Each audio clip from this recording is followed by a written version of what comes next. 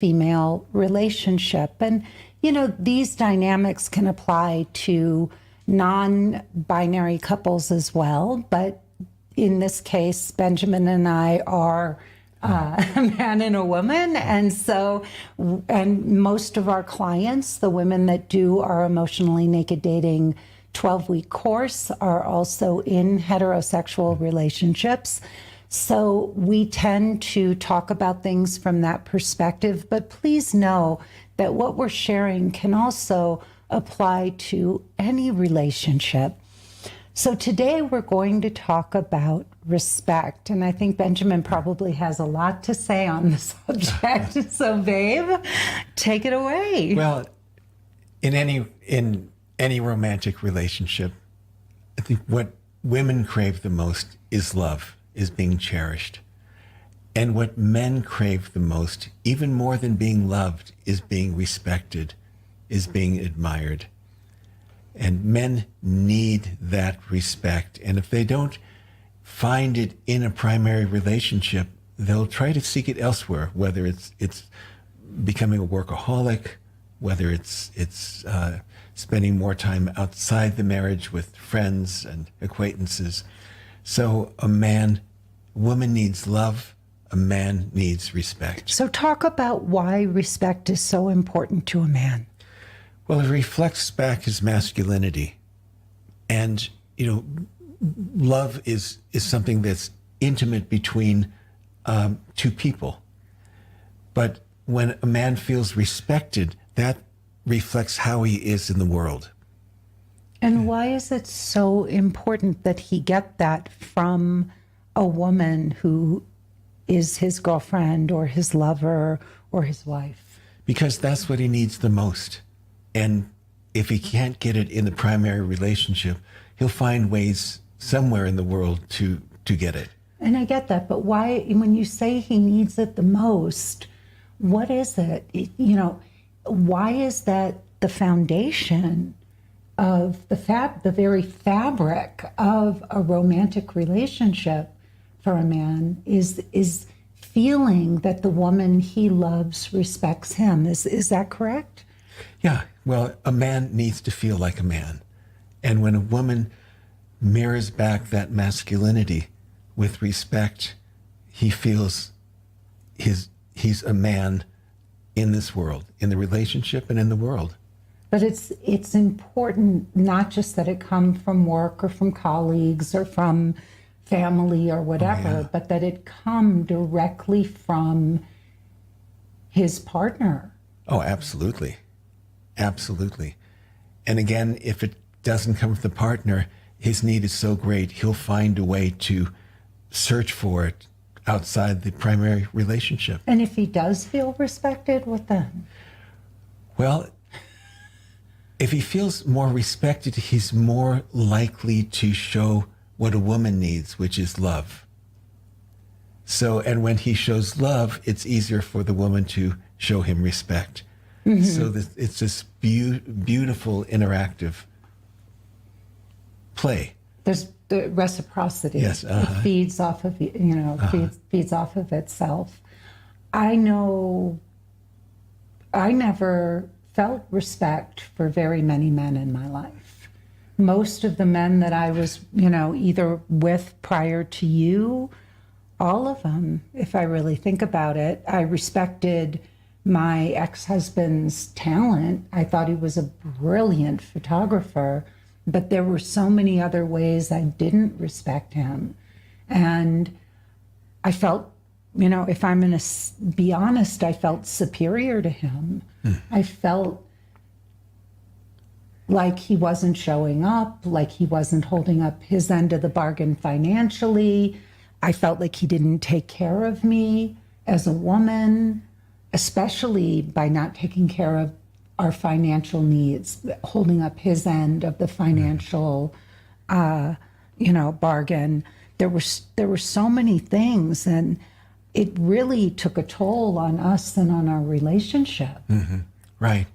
And that's a relationship that you wanted to and needed to get out of. And it lasted, I know the history. Way too long. Way too long. Yeah. But if it's a relationship that people are working on, that there may be some separation between the partners, where the woman doesn't feel the love that she needs and the man doesn't feel respect. That's when the guidance we're giving today will help.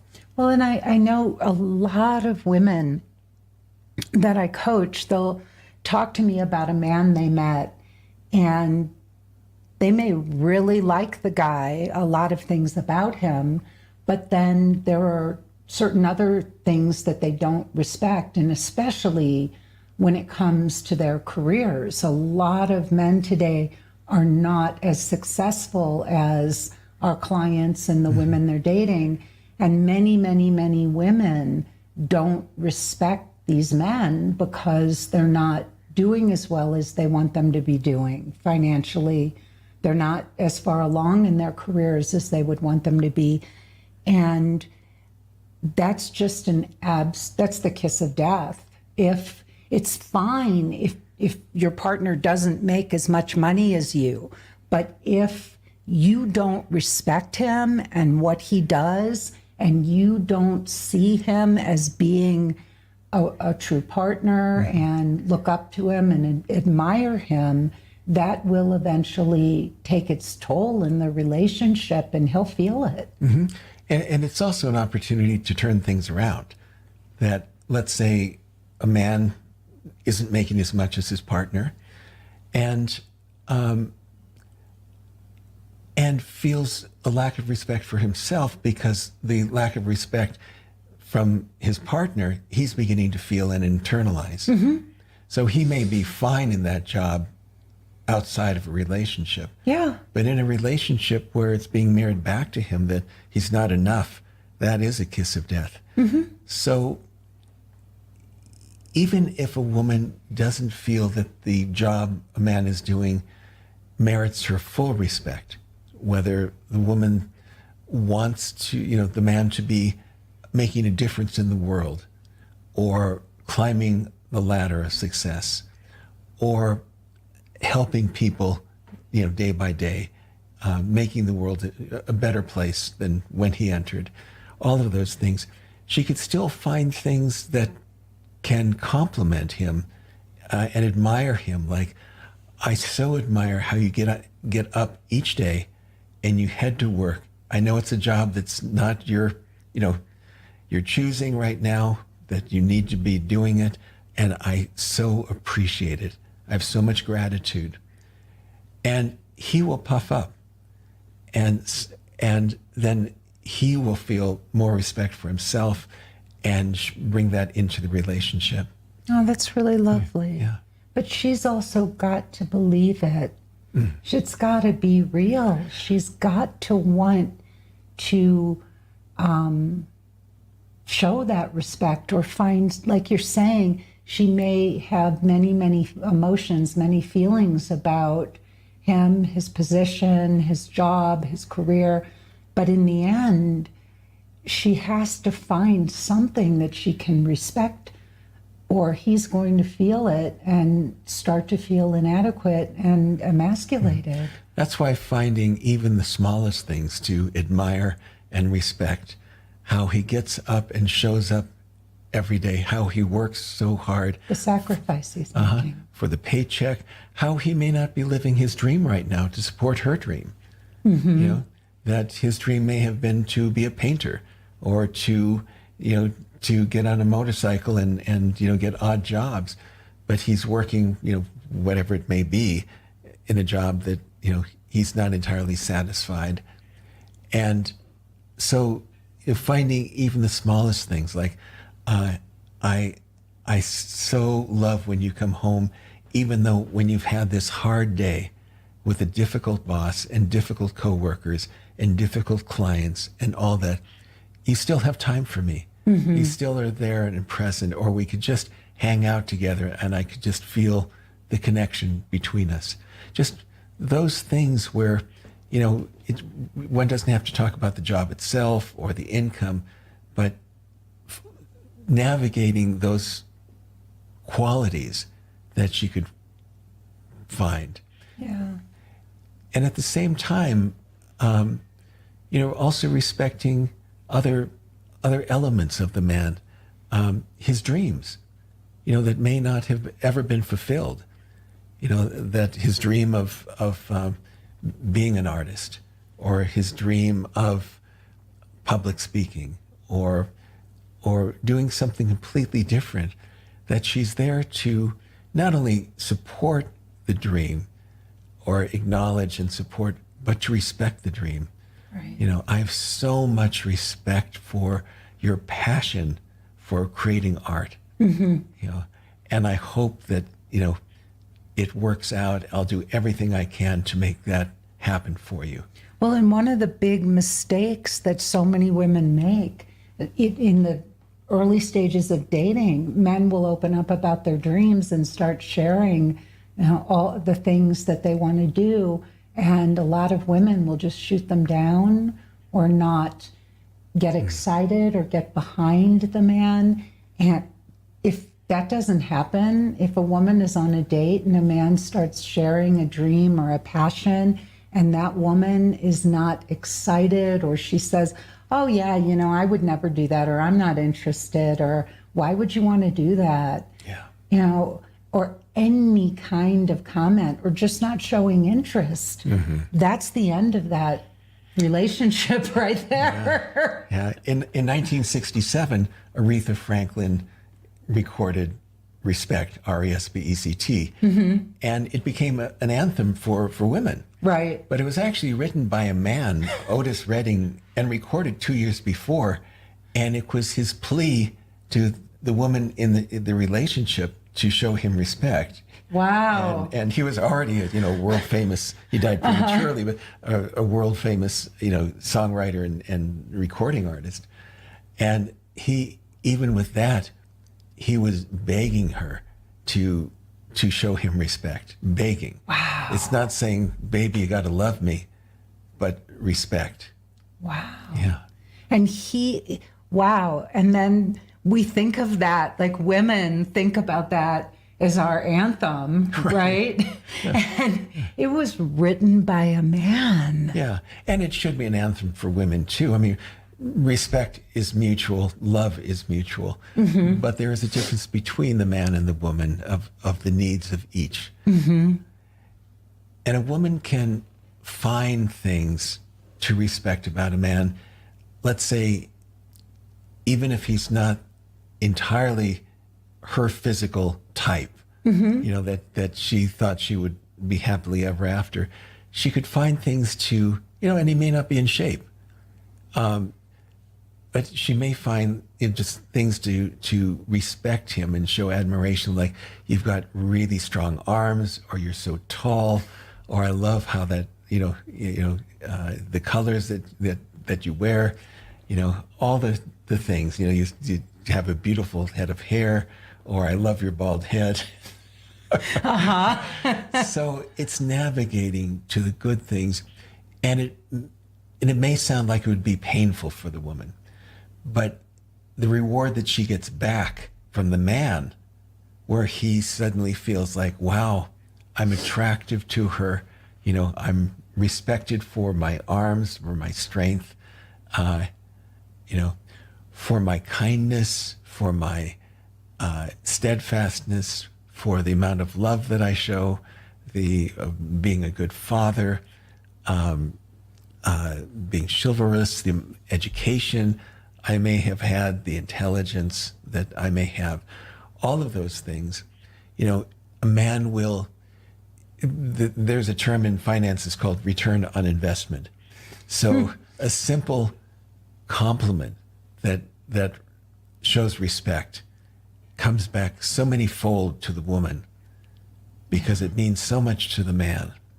And just like as a woman needs reassurance with love, continual reassurance, assurance, a man needs continual assurance, feeling respect. And I think one of the saddest things is that in our culture, we're taught that a man doesn't need that. A real man is confident, and he knows who he is, and he doesn't need to hear, oh, you're so strong, or, you're such a great father, or I love how chivalrous you are. A lot of women think that those are things that women need, but not men. And a lot of men will also back that up. Like if you were to say a compliment or something, they brush it off or they act super macho or whatever. But we all need that feedback. Oh, they internalize it. Absolutely. When I think of like a quintessential man like Don Draper in Mad Men, you know, that very successful ad man, but not successful in the relationship, and in some ways, you know, faltering in his work. And the way he handled it was through alcoholism.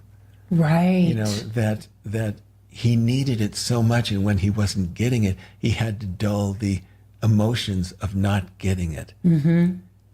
So a man that gets respect is like getting an infusion of drugs, you know, just pumping him up and making him feel good. And the more respect he gets from the woman, the more he wants to do things that show respect, because he knows it's going to be reflected back to him. Yeah. If he does things and it's not noticed, it's not admired, it's not respected, he's going to eventually not care if he does it or not, because, you know, it's just, you know, she's not noticing, I'm not getting, you know, the respect I need. It's like Rodney Dangerfield would keep saying, you know, I get no respect. And people would laugh, but a lot of men would laugh because it's an uncomfortable laugh. You know, when a comedian says it, he's reflecting back what's out there in the world. And so when he says, I get no respect, you know, some men really, you know, laugh because it's an uncomfortable feeling. Yeah. Well, I think today, so many men don't feel seen. They don't feel seen. They've been the brunt of jokes. They're you could, you know, name a list of sitcoms where, you know, the man is always the buffoon or the brunt of the joke or the idiot. Yeah, and he has an attractive wife who's incredibly understanding. But, you know, he does nothing in these comedies. They do nothing, you know, respectful until maybe the end, where there's kind of the punchline. Right. But, you know, it's just the way men are portrayed in sitcom after sitcom. Right. You know, from as far as I could remember, as far as TV, you know, that there aren't a lot of good models of men on television, of men who deserve respect. There are men who are heroes that may, you know, fight enemies off and, you know, with guns and, but in everyday life, and I think a lot of men feel that they lose some respect because they get married, the woman has a lot of respect for him. Then a baby comes along and her attention is so devoted necessarily to that child that he becomes a kind of an ancillary appendage in the relationship.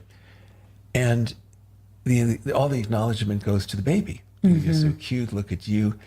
And all the things that the man was getting prior, he's no longer getting. Wow. And so, you know, a lot of men can feel like postpartum depression, not because of hormones, but because of the interaction that has changed. Wow. Yeah. Wow. I think another thing that men need to feel respect for, particularly sensitive men, is their need for time and space.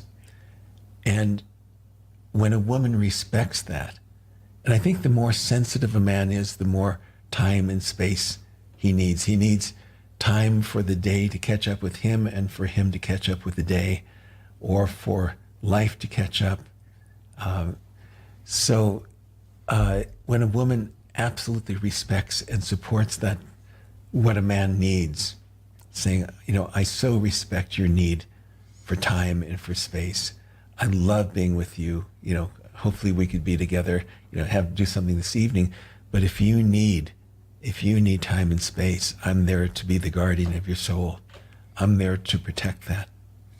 Yeah, I think what you're also speaking to in a bigger sense, honey, is making room for a man, just making room in a relationship for a man to be a man. Women, there are things about male behavior that are very threatening to women, just like I think that there are things about female behavior that feel very threatening and hard to understand for men. It goes both ways.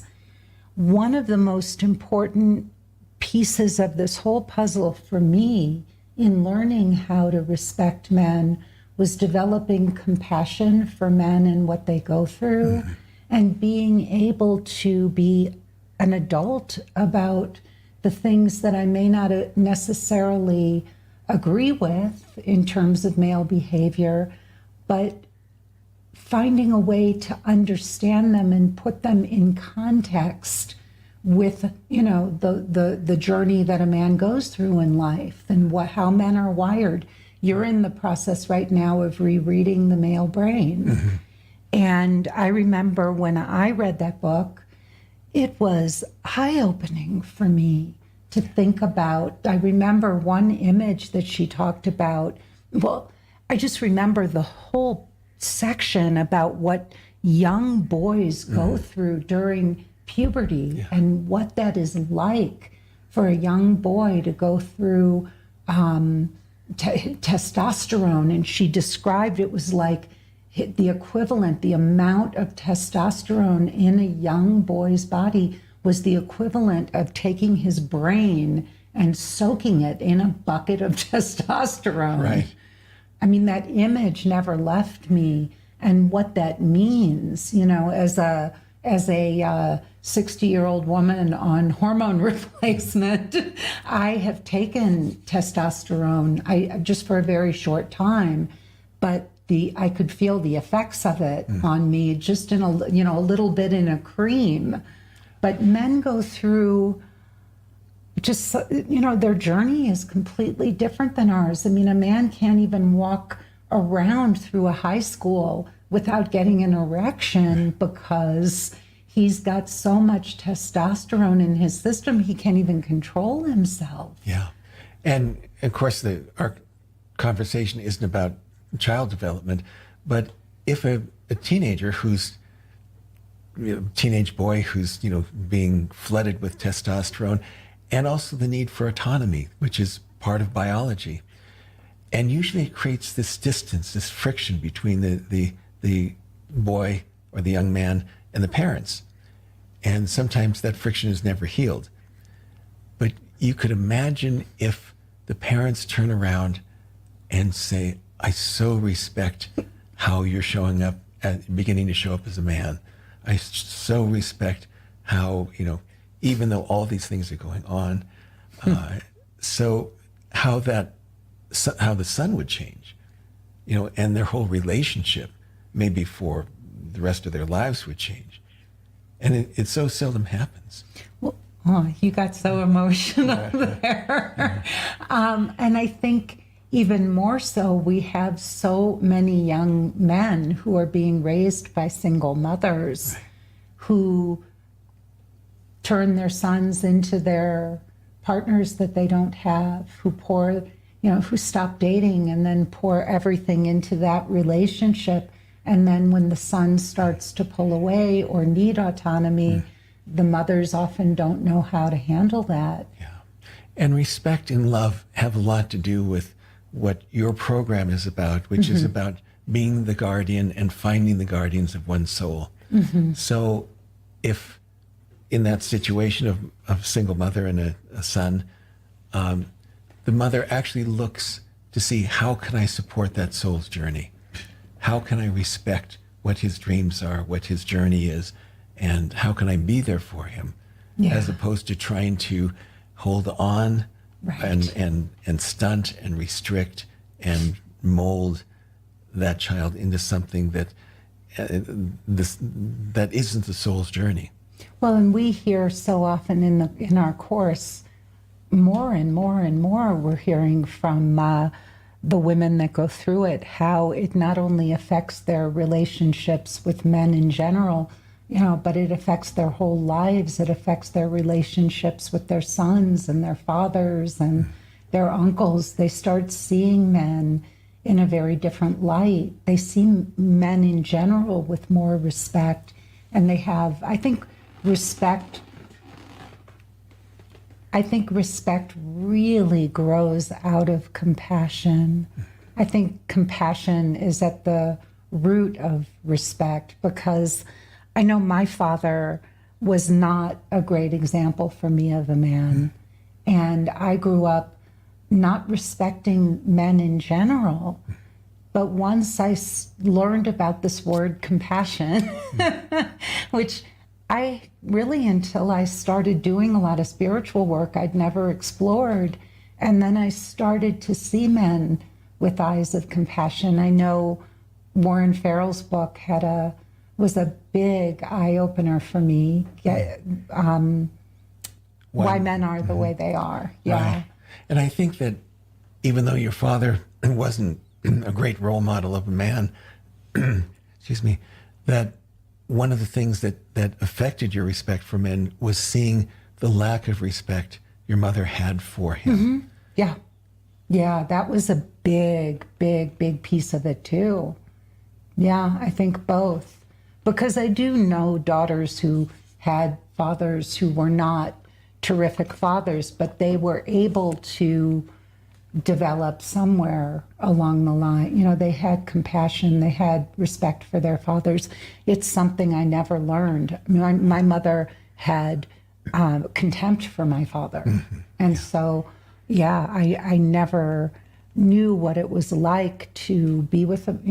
I knew few men. My Uncle Sid was the only man who was really an example of a good man, a responsible man, a man who showed up for his wife and his children, and even showed up for me. And his community. Yeah, and his community. He was remarkable. But that's the only man I had in my life that really was an example of a man who I felt I could respect at all. Yeah, so honey, anything else you want to add? I think one of the things that a woman needs, in addition to feeling loved and cherished, is feeling protected. Mm-hmm. And one of the passions of a man has in life is to be able to protect a woman. If we look at all the action movies, all the romantic comedies, not all, but the majority of action movies, if not all, have to do with men protecting women, protecting the world and all of that, but ultimately protecting, whether it's, even if it's a war movie, it's protecting the women at home. And so one of the ways that a man could feel most respected if the woman mirrors back how she feels protected by him. That is a tremendous turn on. Yeah, it is a turn on. Yeah. It will puff up. And you just look at any of the Marvel movies or, any of the superheroes of Bruce Willis. It's really about how to protect a woman, and all of the things. And then having that respect at the very end, even if they were disrespected, for, like in the Bruce Willis movies, he may have gotten divorced because he, this or that. But in the end, he was respected for protecting his woman. And the funniest thing is it's never about a man protecting a man. Right. You never see a superhero movie where the guy is protecting the man, ever. Yeah. They're never about that. It's always a man protecting a woman. Yeah. Interesting. I do want to just hit a bookmark here, or a little pause here. And I want to address something I think that's really important that relates to this subject, but is also bigger than the topic at hand. Very often women feel when we're having these conversations that we're just telling them all the things that they're doing wrong. well, you could do this and you could do that better and you could do this thing and, you need to do that. And why don't you try this? I really want to be clear that these podcasts are geared towards women. They're geared towards women. We're not sitting here dishing men, because that is not the point of the work we do. If my work was about coaching men, which it was for a very long time, I coached men, I coached couples, I coached women. When I am talking to a particular person, I am addressing that person, that sex, and I am saying, look, the only thing you have the power to change is you, right? I could sit here and tell you all the things men could do better, but this podcast is not called Getting Inside the Right Female Mind. It is called Getting Inside the Right Male Mind.